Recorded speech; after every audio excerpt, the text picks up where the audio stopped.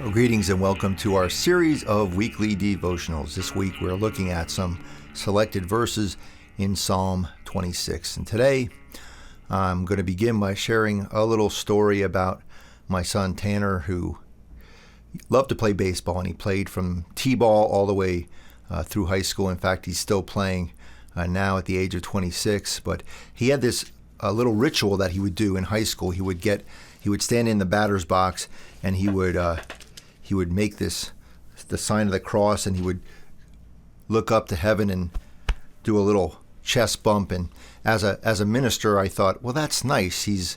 Has some kind of a religious ritual as part of his baseball rituals.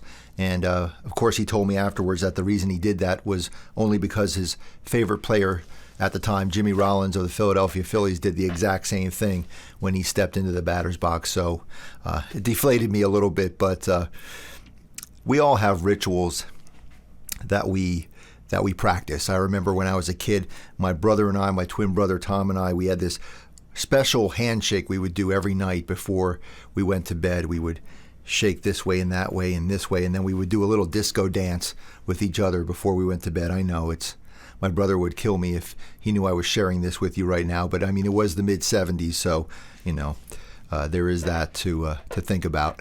Disco was big back then. But rituals, I think, are important. They're an important part of our life, and especially as people of faith, religious rituals have a place of importance, I think, for us. I mention this because when we read these particular verses in the Psalm, verses 6 through 8, the psalmist writes, "I wash my hands in innocence and go around your altar, O Lord, singing aloud a song of thanksgiving and telling all your wondrous deeds. O Lord, I love the house in which you dwell and the place where your glory abides."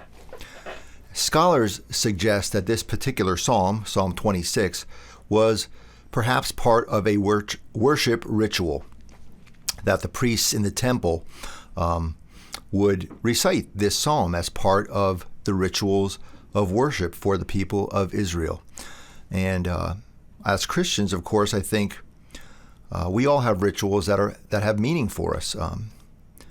Nowadays, in the year 2020, of course, we try to do a lot of newfangled things, and we experiment with alternative forms of worship. We use technology and screens. We use different kinds of music. We try to attract younger folks and new folks and unchurched folks, and all of that, I think, is good, important, and necessary.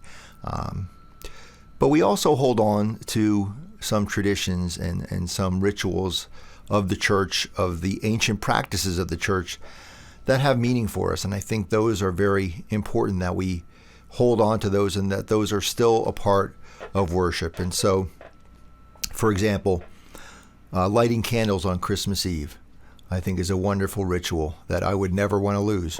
It reminds us of the light of Christ that came into the world on Christmas morning. The ritual, for me as an ex-Catholic, I love the ritual of incense and smells and fragrances in the sanctuary. To me, that just means church to me. I like the ritual of silence, times of silence in the church. All of the noise and fellowship and music is great, but I think the ritual of silence is equally as important, allowing us time to listen to what God may have to say to us. And of course, as an ex-Catholic, the ritual of communion is really important to me.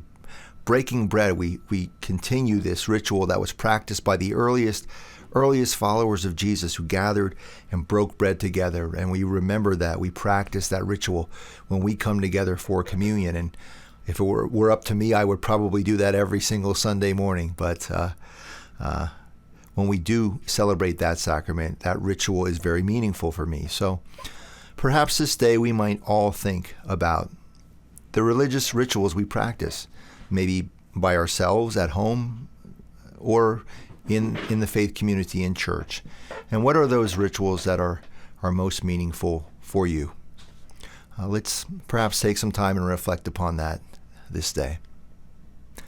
Amen.